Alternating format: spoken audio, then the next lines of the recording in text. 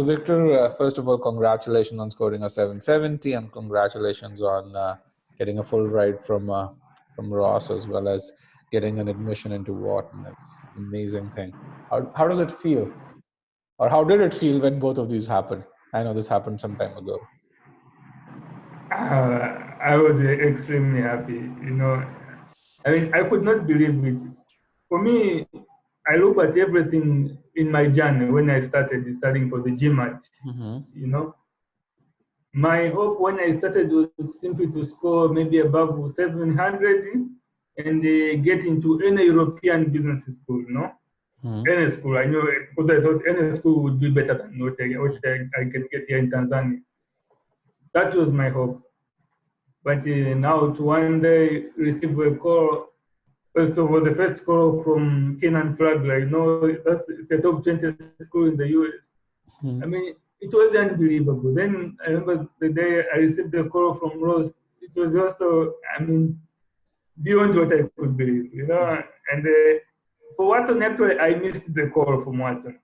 You missed the call from Wharton, okay.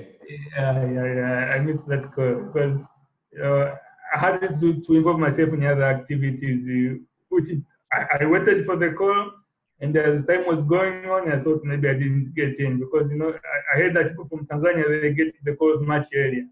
Okay. So I had given up. So I got into other activities, but when I came back during the night to check my emails, then I found the email, congratulations, then the email from the admission officer telling me that, hey, I tried to reach you and I couldn't get you. So, I mean, I was extremely happy. I screamed during the night. For me, it's beyond what I planned when I started this journey, to be honest. Yeah, and I have e-GMAT to thank for that. Well, thank you for being so generous. Yeah, sure. That's very true. I mean, because of you, I was able to achieve beyond what I had initially planned to achieve. You understand? I mean, you showed me that it was possible to go beyond what I planned. Yeah. So I really have you guys to thank for that. I believe as humans, we are only limited by our desires to hit a certain number, not our ability. And Exactly. You've scored better than 99 percentile, and I think you've proven that that if you have the desire, if you want to continue to persevere, you took the exam again after you scored a 730 in your third attempt. Yeah, I will tell you a story about that. Yeah. So let's so you've been preparing for more than a year right now, or you prepared? Yeah. Your first attempt was 11th of July 2016. Yes.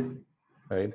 So tell me, how did you go about preparing at a very, very high level, and then let's talk about the impact that the e-GMAT course had on you, and how did you kind of really say, okay, I want to go to a 730, then a 770.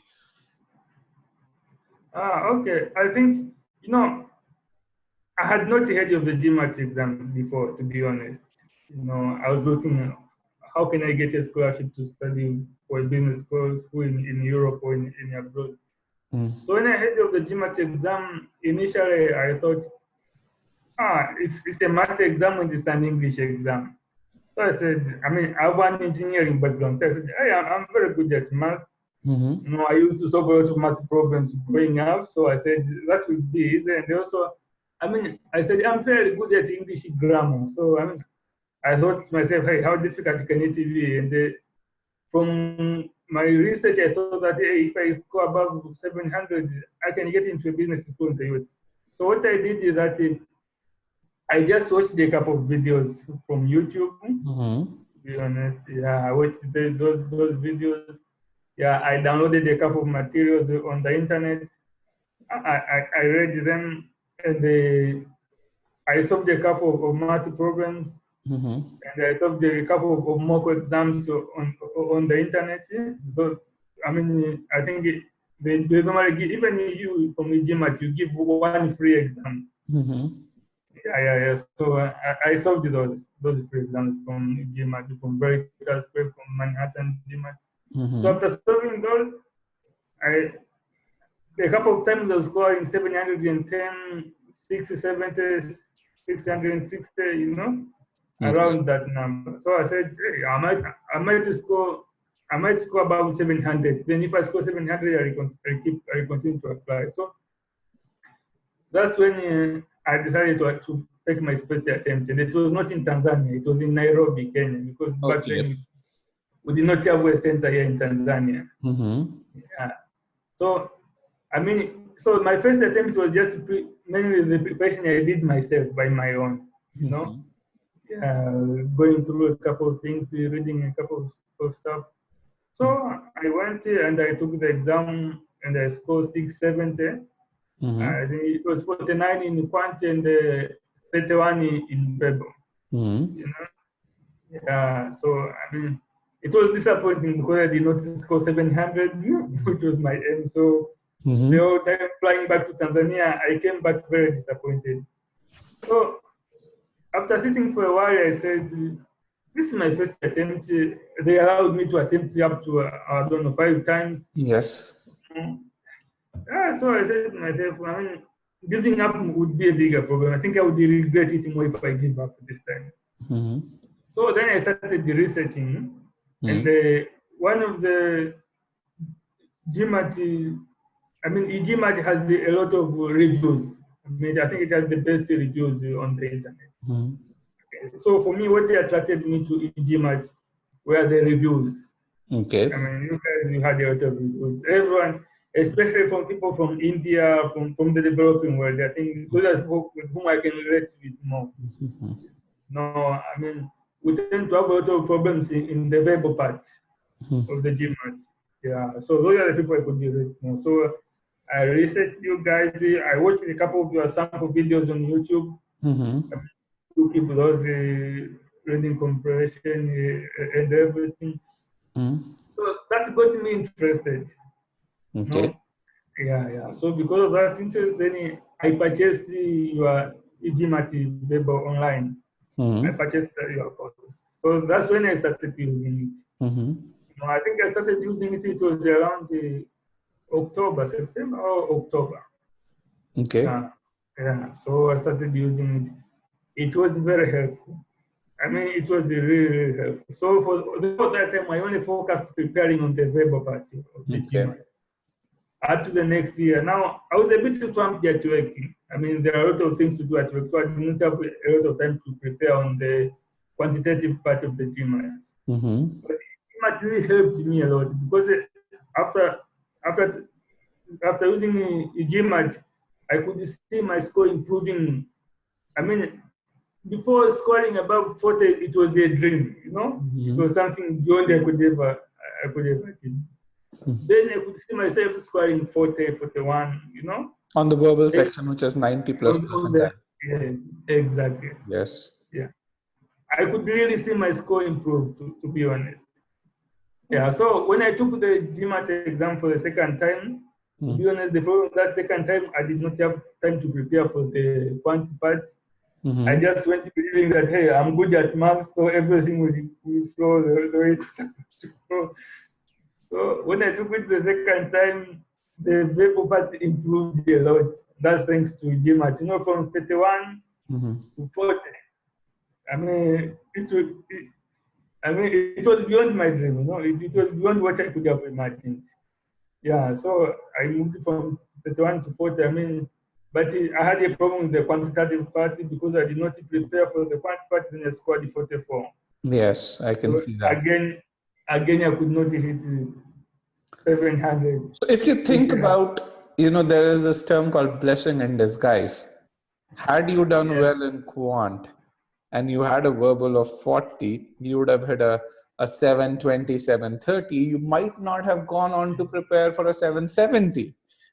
There is a chance you would have been satisfied at that point in time. That is very true. So I think the world works in interesting ways, and yes, you improve from a verbal score of 31. Yeah, that's very true. 40, but and your quant went down, but I think in the end it was for the good. Yeah, exactly. That is very good. So the improvement really came from e-GMAT. And I experienced and what I can tell you. I mean, after scoring 690, I came back and I mean, of course, I was a bit disappointed not reaching my goal. Again, I said, hey, I still have a shot. I mean, I can take it one more time. So I remember I requested from e-GMAT to give me an extension, and you guys agreed to give me an extension. So I kept going again through the e-GMAT course one more time, repeating it, from beginning to end, the verbal course, to be honest. So, I mean, I went through a course several times that, I mean, I could remember all the tricks in my head. Everything you were teaching, I could remember it in my head. And once I did that, I could see my verbal score now going higher. Formerly scoring above 40, it was a bit of luck, but now I could score 43, 44, Okay. I could see it improving. The more I started the e-GMAT, the more it kept improving. Okay. So up to the time, sometimes I could reach up to 46, Oh, wow, 46 on verbal. That is amazing. Yes, okay. And that is why I had to take the e-GMAT exam for the first time, because when I went to take it the third time, I had scheduled to do the exam during the morning. It was at 10:45 a.m. But now when I reached there were technical problems. Networking problems. I mean, they had to install the exam. So they had to tell me, hey, you wait for the exam, wait till you do the exam. And now since I had taken a day off from work to do the exam, so I said, okay, let me wait. So sometimes you have to move around the city, then you come back, So in the end, I had to take the e-GMAT exam. It was 7 p.m. during the evening. Ooh. Yeah. So when I took the e-GMAT exam the third time, to be honest, I was tired when I reached the verbal part. I can imagine that. I mean, it's also, when you're hitting the V40, V41, V42, it's about peak performance. You're already in the 94, 95 percentile. And these small things can make an impact. Exactly. So, I mean, I could really see that I was tired that day when I reached the verbal part. I could, and now my verbal score decreased a bit. It was 38. Yes. Yeah, and I could really feel, because one of the main points I got from the e-GMAT, which I can tell you now, is that the verbal part, the meaning. I mean, meaning-based getting approaches. That's very important. Sometimes if you are tired, it becomes a bit difficult to grasp that meaning. Yes. Not quickly. Yeah. So that's what happened to me that day. So I scored a 730, but I mean, from the moment I left the room, I said that no, this is not my level. I can score way higher above this. No? In one walk, I scored 780. Yeah. So I said no, this is not my level. I said no, and I'm not doing justice to e-GMAT, who have helped me improve a lot. I'm not doing justice to them. So I said no. So I scheduled it. I mean, I think it was just the next day or 2 days later. I scheduled it for the next month. So that's when I took it for the first time when the squad is 770. 770, V44, Q50. Yeah, that is good. And I think that's one of those things where when I look at business schools offering you full fellowships, this is a trait that I think is very valuable. They look at, you have that desire to achieve excellence at the same, and you're not afraid to work for it. And I think that's a huge thing to look at, because when it comes to success in life post MBA, that matters a lot. I mean, brilliance is only a quarter of success. It's about effort. It's about the desire to better yourself. Even though you may still be good enough, but the desire to improve and still improve. And that is what you demonstrated through your GMAT score, and which is where you got these fellowships. So I think really good job. So just very briefly, we'll conclude with your GMAT preparation with this one last question. So if you look at the various parts of e-GMAT course, what do you think were some of your favorites or aspects? I mean, for me, the way the code itself is structured, Mm-hmm. you know, first of all, you give a lot of, I mean, you teach a lot of grammar, first of all. I mean, so it helps someone to brush up their grammar. Mm-hmm. And the second thing which you did to me, actually, which helped me, that you helped me to understand what the GMAT exam is all about. You know, what I can see from the moment I took the GMAT the first time, the last time, I mean, my assumption, my understanding of the GMAT exam really changed a lot. You Okay. know, one of the things which you kept stressing from the beginning, even with latest correction, meaning, understanding the meaning, understanding the meaning. Yes. I mean, for me, that's the best aspect of e-GMAT. Once I could grasp that, once I could understand that, so I was approaching each question. I mean, especially in sentence correction and the critical reasoning with the meaning. Let me first grasp what is the meaning, and I think that's what helps one to get right those the very hard, tough questions. You know, That is those correct. questions which can get you into the 43, 44, 45. Mm-hmm. You know, so for me, that is the best aspect of the GMAT. I think making someone understand what the GMAT exam is all about, you know, and then the way you stress in meaning, you know, capture the meaning before you start looking for the grammatical errors and everything. Make sure first of all you capture the meaning. For me, That that's the best part of the GMAT, you know, okay. and That's then good.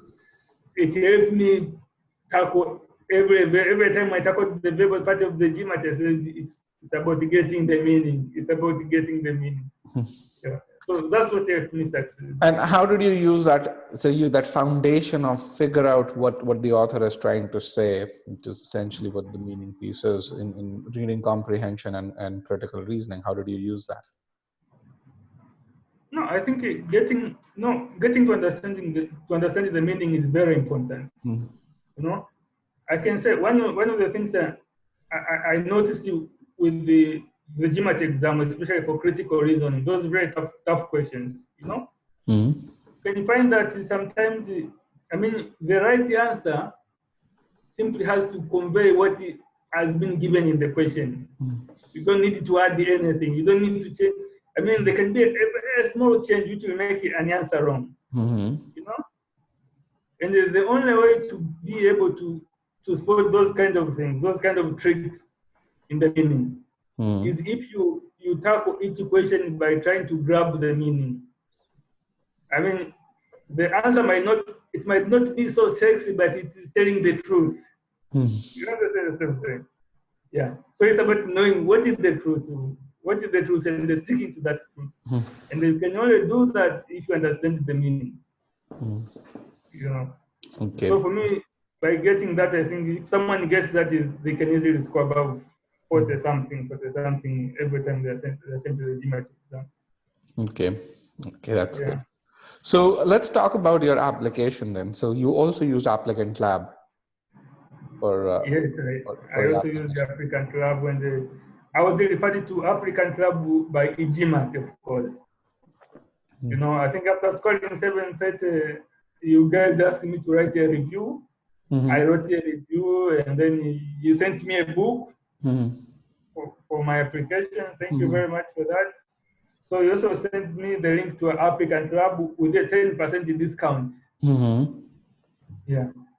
And Okay. since the price was good, I purchased the applicant lab.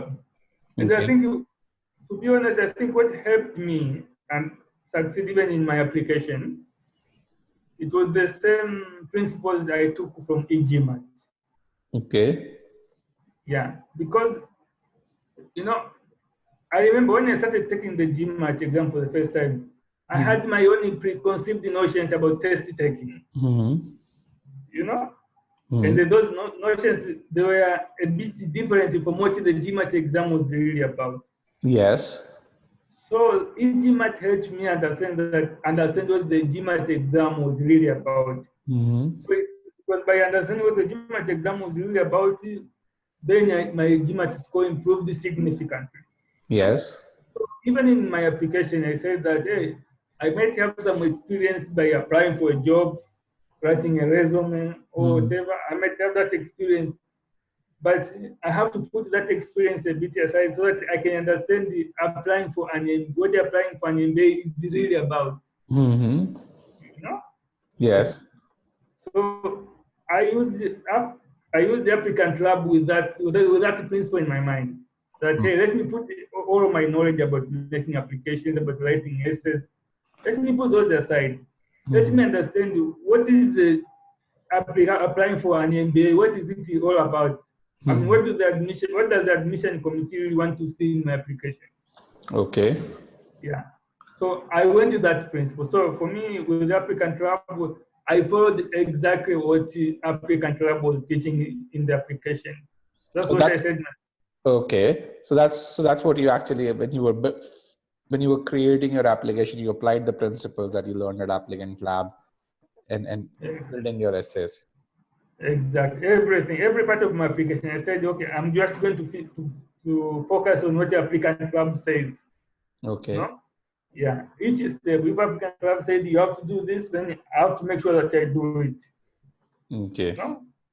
That is what I did. If applicant said you have to prepare your interview this way, you have to structure your answer this way, I said, okay, that's what I'm going to do. And if I don't understand it, I have to make sure that I watch the video over and over again until I understand. Okay. Because I think this one of the good thing with the e-GMAT and the applicant lab. No, with the videos you offer, if someone watches the video and they don't understand the first time, they can always go back and watch it again. To make sure that, hey, what were they really saying? What was their point here? You know? And I think it's only by capturing that, what it really the point is, then it helps someone to excel. You know? Yeah, exactly. So I use the same principle. So with the e-GMAT, to be honest, I used to watch your videos. It's like I think I watched them like 1,000 times. You know, all your videos. So I did the same with the applicant lab. I watch all the videos of Maria like, I don't know, 1,000 times. Every time I had some spare time, I watched them. So in a much better way. Okay, that's good to know, Victor. So, Victor, so when you were applying for Kienel-Flagler, when you applied for Darden, Ross, when you applied for Wharton, did you get the school-specific advice that Maria provides? Exactly. I mean, the good thing with the applicant club is that they put information for each school. Yes. I mean, there is an overall information concerning the application itself, but every time you go to a specific school, Maria gives information for each specific school. Okay. I mean, what is the culture? I mean, what do they really want? What is the most important thing? What are they looking for in an application? You know, what are the kind of people that they wanted to admit at the MBA program? So, for each school, I mean, so when I said I'm going to apply to Kienel-Flagler, so I logged the name of Kienel-Flagler, the school appeared with all the information about that school. You know, all the concentrations, the electives, and everything. So it was the same with the Ross, it was the same with the Wharton. So there is information for each specific school. Okay. Yeah. Okay, that's very helpful to know. And I'm sure Maria would be very happy to if you, or you probably have already written to her, telling her that you've gotten admission from these schools. Yes, I did. I think I talked to you there also. I did a Skype interview with her also. Oh, you did an interview with Maria? Yes. Okay, exactly. Okay. That's good to know. I looked at your resume as a part of this exercise, and it was one of the easiest resumes to read, frankly. So, I mean, I can really see that you've used applicant lab to good effect. I mean, it says, hey, it doesn't look like very, I mean, I'm in the process of hiring. I have looked at, so at e-GMAT, we've been hiring for the last 3.5 to 4 weeks. And during this time, I have looked at upwards of 150 resumes. And a lot of these people who we are hiring are MBAs. And so when I look at that, I see all sorts of resumes with all sorts of crafty things But they are so difficult to read. When I look at your resume, it's like, hey, it's very simple. There's no Yeah. fancy things in it, but it's Yeah. easy on the eyes. I want to read it. It's one of That, those things, and there are things that are there that stay. I mean, the metrics are very quantified. How you achieve that, there's a good indication to that. So good. I can really see you've used the principles that Maria talks about, and you've applied them really well. Made good judgment calls because there isn't a lot of clutter in it, but yet all the important things are there. exactly. So that is thanks to e-GMAT, then eventually to applicant lab, because I think e-GMAT taught me that, hey, learn the principle, learn what everything is all about. So I had to put my initial resume aside, then see what is the kind of resume which is required in applying for an MBA. Mm-hmm. You know, yeah. So I think that is what helped me, and then I think it's by following what Maria instructed in writing a resume, Mm-hmm. then I could be able to get that kind of a very good resume. You know, but I think for me everything begins with the e-GMAT. I think Okay. I spent my time with you guys much longer. I think it's almost a year. Yeah, So I it's just almost a year. Yes. just going through the videos of e-GMAT, going through your videos. I mean, you make everything very simple. To be honest. You make everything very simple. That's what our goal is, and going forward, why we are hiring a lot more people is to make things even more simple, so that we can even do a lot more hand holding with people going forward. So thank you for that feedback.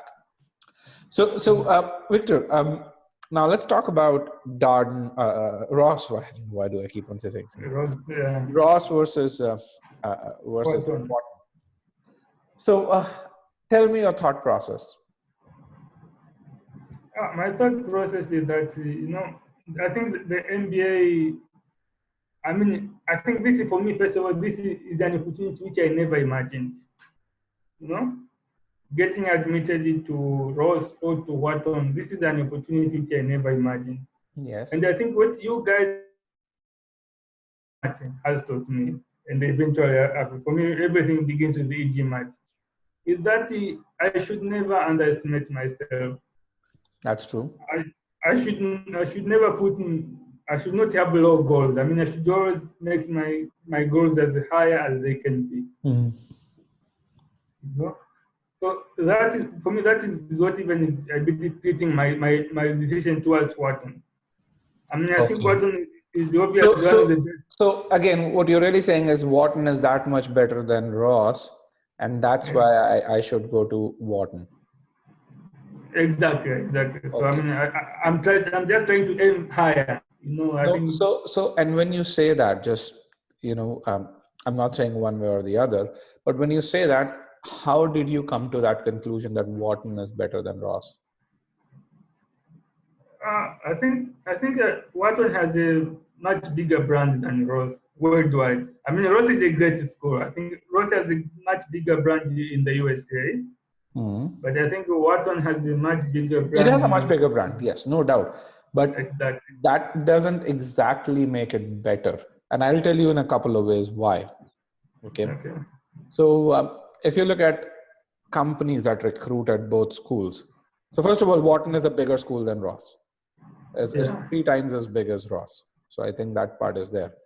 But when you look at the companies that come and recruit at Ross versus the companies that come and recruit at Wharton, they are very similar. Okay. Unless and Yeah. until if you really said, I want to focus on finance, then Wharton's a slam dunk. Or if you say, I want to focus on supply chain, then Ross is a slam dunk. But so, and that's kind of where I think either one of them are, one is way superior in one and the other is way superior in the other piece. But in your case, you want to go towards general management and overall general business. You're not focused towards a quant's career or a finance based career, in which Wharton's really excellent at, or a overall supply chain career. Having said that, each of the schools has certain advantages.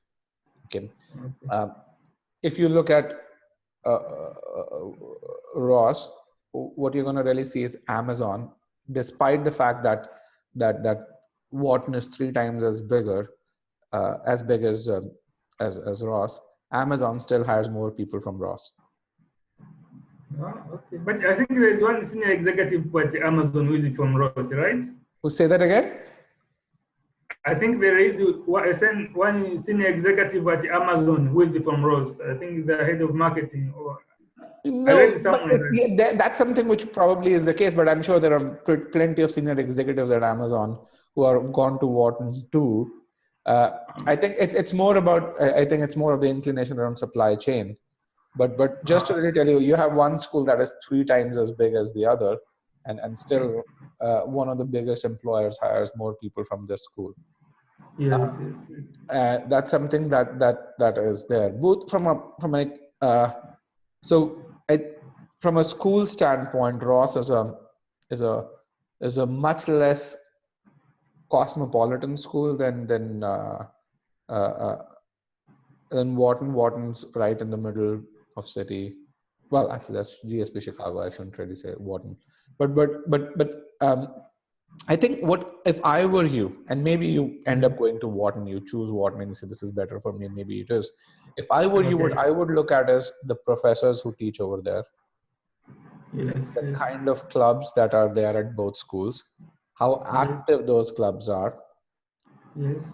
Okay, because ultimately, what would matter as a school is the first or probably the second job that you get out of these. Okay. Okay, and Yes. and then what you really ask yourself is, if I'm graduating with Wharton, I have $130,000 worth of loan. I'm not sure if they are going to give you any fellowship. Have you talked to them? No, I did talk to them. They told me no, they don't offer reconsideration.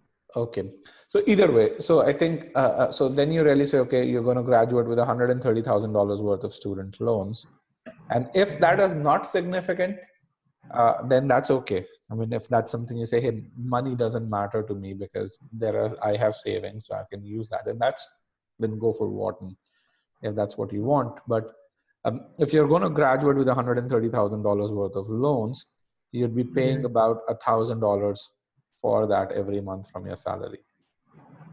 Okay. Graduation. Okay. The second thing that I would want you to look at, I'm assuming you would want to work in America, US or Canada after your graduation. Yes, for a couple of years. Or at least for a couple of years. So talk to international students over at both schools. Yes, okay. Okay, and find out what is the position with regards to recruitment at both schools. One of the things that is happening is, so even when you get a job in US, if even I'm sure both schools have good recruitment, but at some schools, what companies are doing is they're really saying, hey, if we hire you and we apply for an H-1 visa for you, and for some reason you're not able to get through the H-1 visa lottery, because the H-1 visa is a lottery, then we will place you in Canada. Okay. Okay, so figure out at each of the schools what is the dynamic with regards to international students. Yes. Okay, at Darden, 1/3 of their classes, at Ross, 1/3 of their classes, international students. I don't know how many international students there are at Wharton. I mean, I'm sure the stat is out there, but I don't remember off the top of my head. Okay. But a bigger class at Wharton may mean there are a lot more international students versus a smaller class at Ross. So I think look at that as professors, clubs, international. Those are the 3 things that I would look at, and then make my decision. Okay. Thank you very much. So and also then account for the fact that, hey, in the worst case, if you have to come back, you still have those $130,000 worth of loans in one versus the other. And frankly, talk to students from either places. Yeah, I'll do that. So, and you'll get a really good idea, frankly, which school should you go to. Okay, yeah, I think I'll do that. Thank you very much for that great advice. I mean, That's essentially data you dig out on your own. I mean, you're someone who follows, who applies principles really well. So apply this. I think you will have a clear idea which school to go to. And you will be that much more confident about your decision. Okay. That's very true. I will. So, I mean, I think the principles are what got me here. So say that again, I'm sorry? I'm saying the principles are what got me here. Yeah, principles are what got you there, yes, where you are today. So you have these excellent choices. So, Yeah, sure. So yes. So Victor, one other request that I want to have is, you've had this excellent journey. It would really mean a lot if you could take the time out and write a debrief on GMAT Club. Okay, I will. I mean, yours journey is a shining light of what motivation can do for someone who's not a native speaker of English language. Just by focusing on doing the right things, you've tamed the exam and you've tamed the application process both. Okay, yeah, sure. And when I say something, it has a certain weight, but when someone who actually does this says this, it has a completely different sort of the impact is 3 to 4 times as much. Yeah, I think for me, throughout my life, I think I will owe it to you guys. You enabled me to achieve what I never even thought, even imagined that I could one day achieve. So thanks to you guys. So thank you very much. Well, you're welcome, but I mean, you owe it to your own self. I mean, we are just there to guide you. We guide a lot of people, but you applied those principles. So it's 80% you. You're only a very small fraction of it. And I think that's the part that I want to make sure that you capture as the human motivation aspect of it really, really well. How you took time out to study, how you motivated yourself, how you figured out where you needed to focus on. Yeah, exactly. And those things are very important. Yeah, that's true. That is very true. And you are in this amazing place right now. I think this is, I've always believed you give back and you give back to help others and help comes for you. So this is a chance of giving back. Yeah, okay. Thank you very much. I mean, and they also, I mean, you enabled me to achieve a lot at a very low price. I think combining e-GMAT and the African Club, it's less than $1,000. Yes. But only by focusing what you guys have to offer, I was able to achieve a lot. So for me, thank you very much. Thank you a lot. Thanks a lot, Victor, for being a student is what I can say, and for applying those principles. Yeah, okay. Thanks a lot. All right. Good luck. Write your debrief. Do that research. Okay, I will. I will. Thanks a lot. All right. Thank you. Bye-bye, Victor. Okay, bye-bye. Do write to me if you have any questions. Oh, I will. Yeah, I will. Okay, bye-bye. Bye.